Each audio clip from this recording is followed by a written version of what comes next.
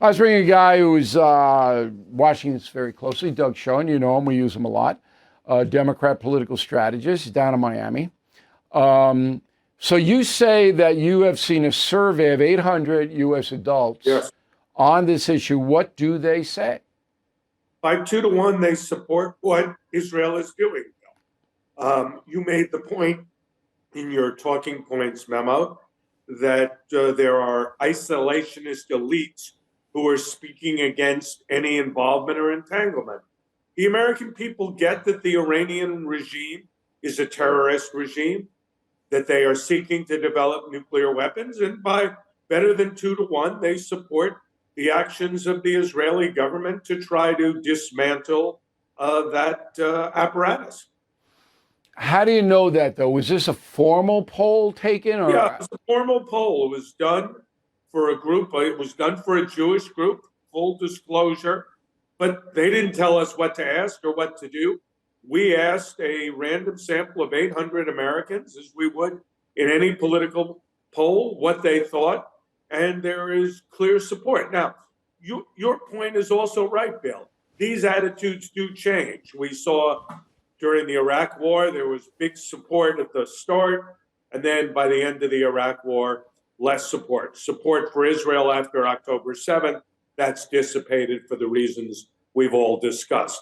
But bottom line, right now, there's support for action.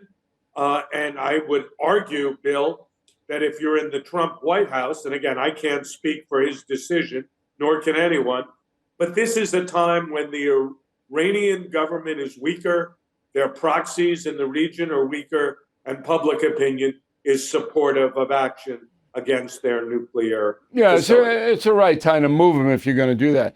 If Now, you're going to do it. one of the questions you have is, do you support Israel's actions as self-defense against Iran? Only 51% of Americans say that Israel is acting in self-defense. Does that surprise you? No, it doesn't, because unless you're watching this very closely every day, you don't believe that Iran, which has been negotiating, I think, in bad faith, but whatever faith, you think, well, they've been negotiating and maybe there was a possibility of a deal. I don't believe there was. I don't think you believe there was one. The Israelis certainly don't. And I think Donald Trump increasingly doubts it himself. But I could see how an ordinary person at home would say, well, we should have given diplomacy more of a chance.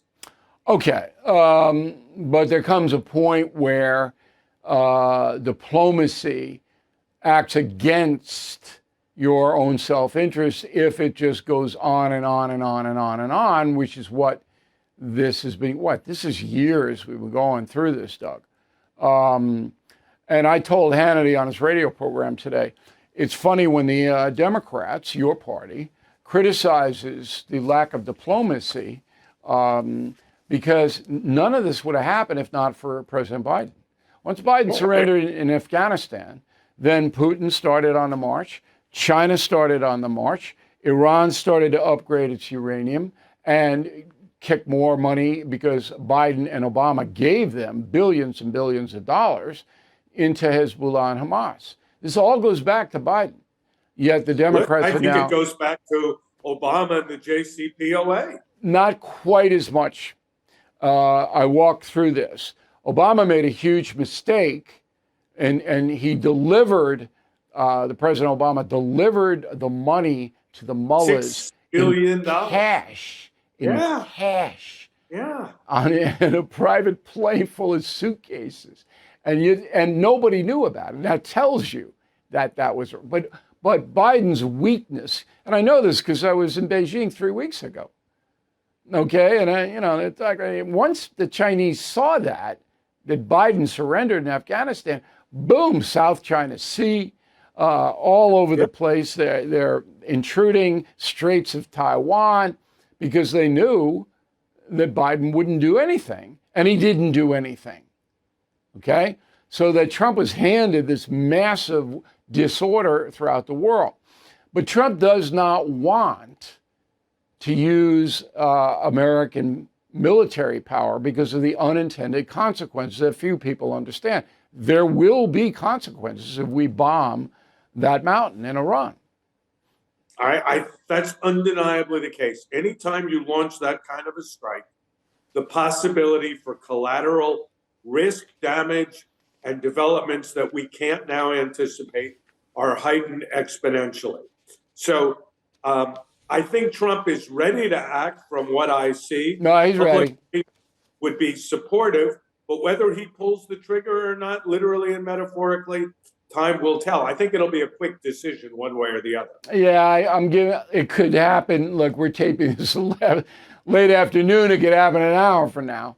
Right. And it's hard to get a handle on it, on what he's, because I don't know the intel coming in. So there's a lot of intel coming in to him about the mullahs and their condition and the Iranian army and their point of view.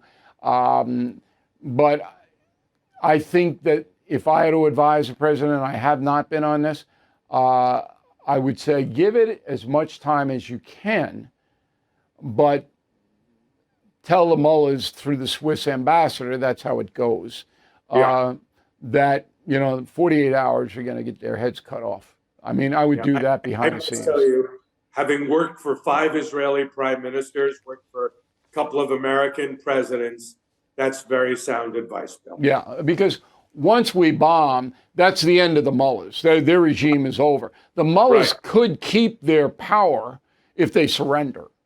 That's correct. And that's if like, I were them, it's like Gaddafi. I would take Trump's deal in a heartbeat. Yeah. So it's like Gaddafi. All right, Doug, thanks very much. We always appreciate your expertise. Thank you for watching. Make sure you subscribe to my YouTube channel and follow me on X. Look for @Bill O'Reilly.